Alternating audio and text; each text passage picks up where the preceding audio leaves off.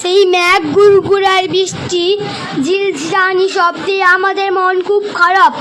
ভেবেছিলাম এবার পুজোর ছুটিতে মামার বাড়ি, পিসির বাড়ি, মাসির বাড়ি সমস্ত জায়গায় বেড়াতে যাব, কিন্তু সে কি আর হলো?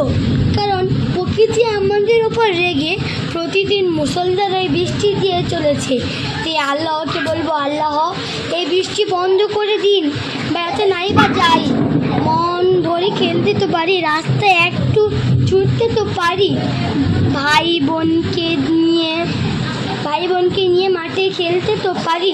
তাই একটি কবিতা মনে পড়ে, আগমনী পেবেনার মিত্র, বর্ষা করে যাবো শীত এখনো দূর, এরই মধ্যে বেঁচে কিন্তু হয়েছে রোদ্দুর।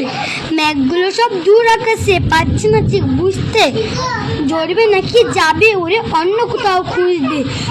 থেকে তাই কি শুনি বুক কাঁপানোর ডাক, হাঁকটা যতই হোক না জবার মধ্যে পাখির পাক, আকাশ বাতাস আনবো না আর শুনে এখন ধ্বনি, চিরন্তন হয়ে অচিন এ কার আগমনী।